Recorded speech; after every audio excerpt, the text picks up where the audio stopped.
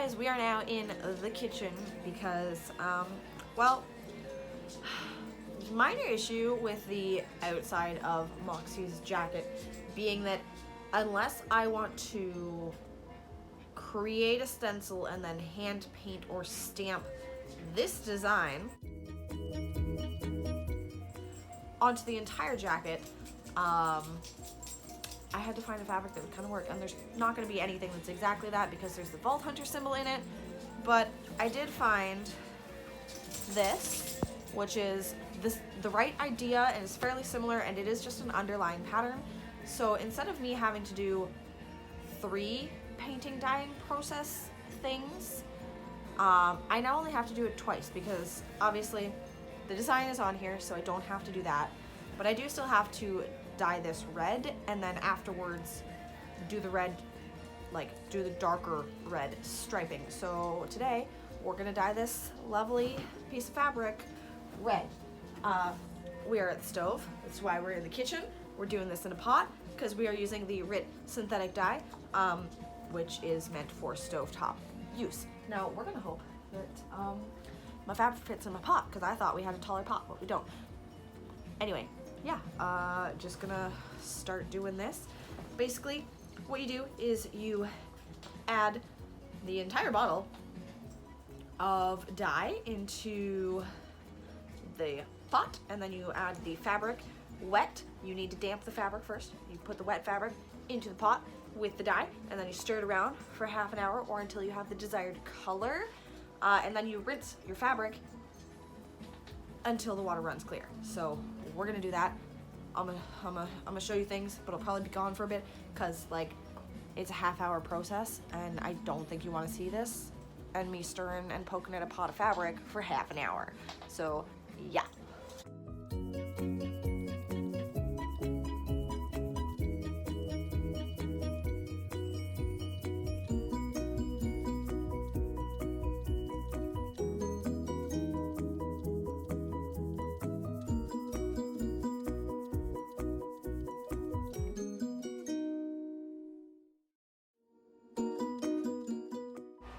Guys, my pot is too small.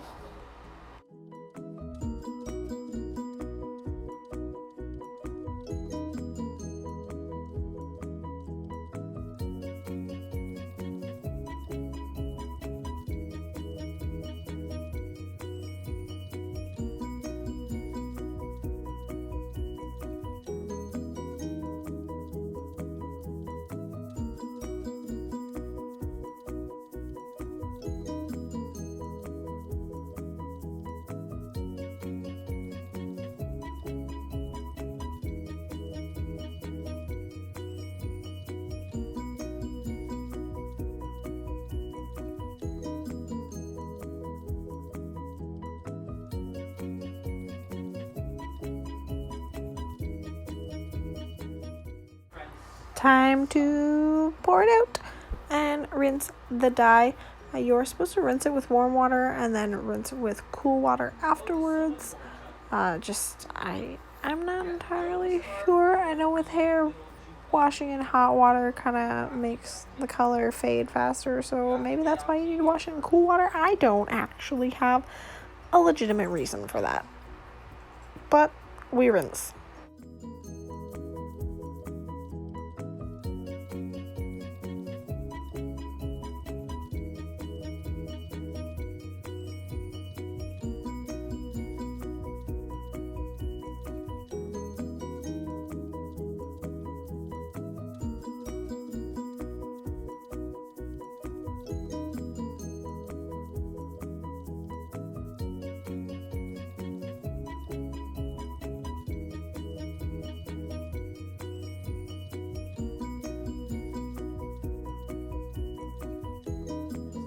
Pieces, and like if I was an intelligent person, I totally would have thought to cut the pieces out before I dyed them, because it would have made this so much easier. That's so much less fabric, but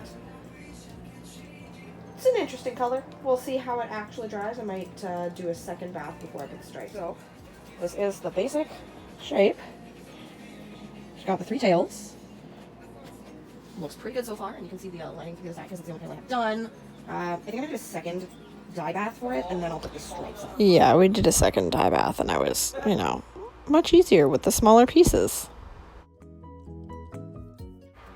And now we are using the Keurig to boil some water into a cup, with which we are going to mix the dye for the darker red stripes.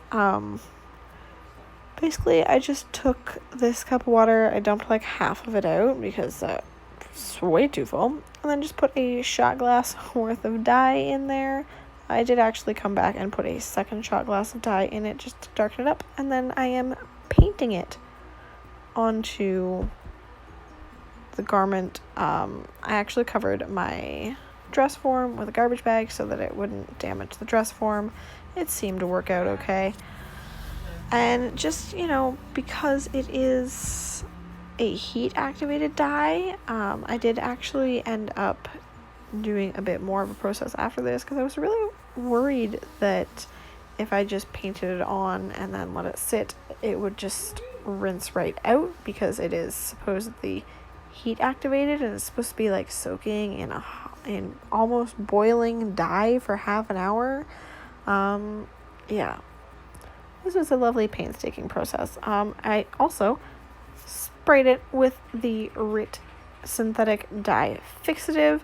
Every time I would finish a section, I would spray it with fixative and then move on to another section so that it would help stop the dye from running completely.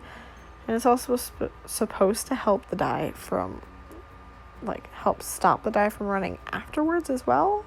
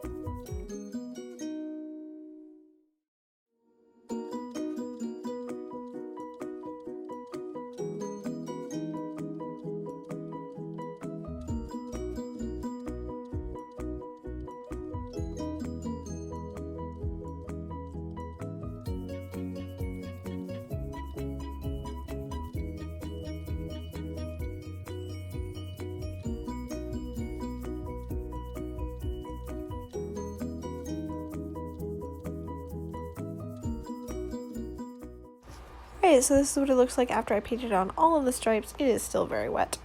I let it sit overnight to dry, and then this is obviously what it looks like now. And then decided to sandwich it between two layers of a towel as I ironed it. I did hit it with a hairdryer on high heat before I left it for the night, but again, it's a heat activated one, so I thought I'd hit it with an iron again. Here you're actually seeing me do the detailed top stitching on all of the black diamonds of the lining. It took ages, but it's just a small detail that I think makes it look that much nicer. Yeah. And there's the lining bits. Still missing one panel, but that's what it looked like. Now we're going to add in some wire. This is just a craft wire. I'm shaping it to the tail, so I cut a piece for each tail. I did end up cutting 2 pieces for each tail. And then I was twisting them together to give it a bit more strength because I want it to have the gravity-defying swoop shape without actually having to worry about somebody walking into it and bumping it and altering the shape. Because I know my first Moxxi, the tails did end up squishing quite a bit, and I didn't want to do that for this one.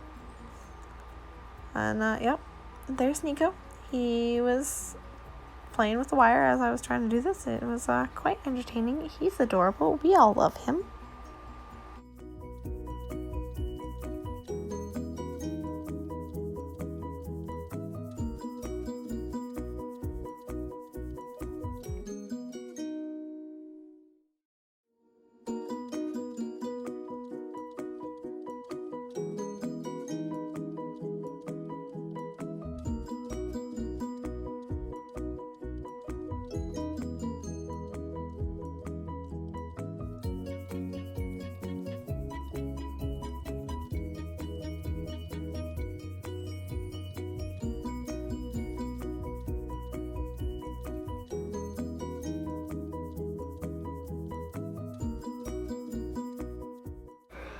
Alright, so that is the 3 tail wires twisted together and shaped. Now I'm actually going to flip it over and stitch these to each of the 3 tails by hand just so that they stay in place. I could just insert them into the bias tape trim, but I did want them to be nice and secure. I didn't want to chance them moving around at all, especially with me wanting to bend them into shape.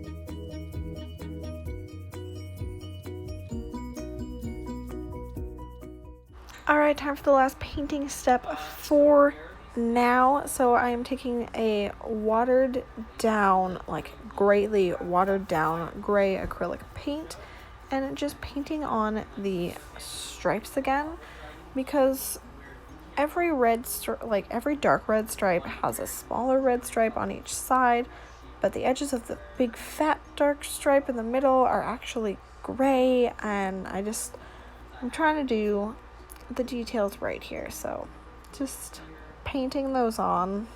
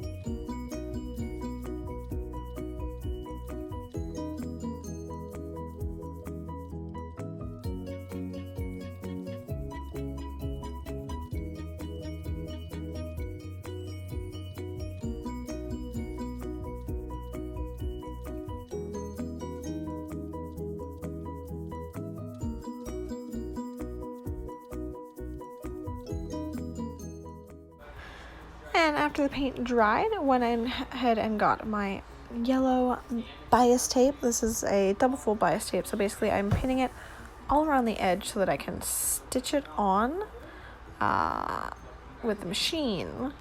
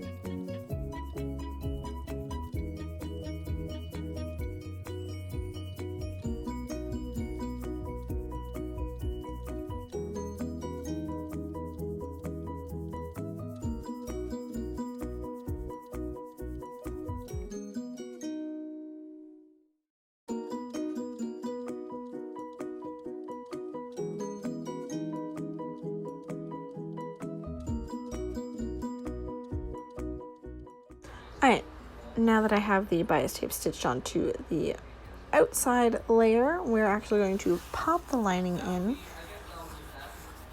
line everything up, pin it together, and then we're going to actually hand stitch the bias tape around the edge.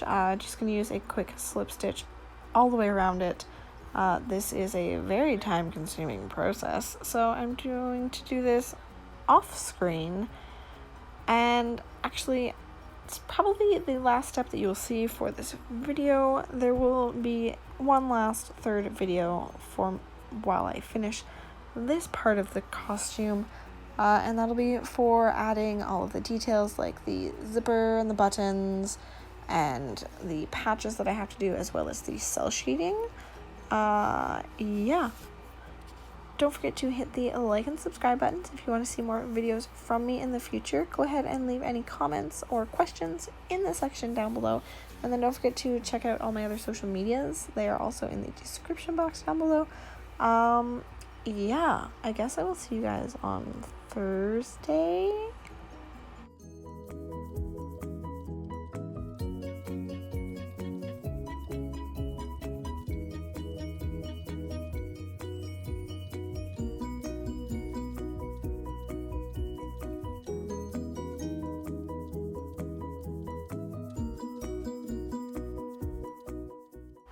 Like I said, this hand stitching process is going to take a while, but this is the basic idea of what it's going to look like once I finish the hand stitching with the wire and the tails. Looks nice and flippy and fun.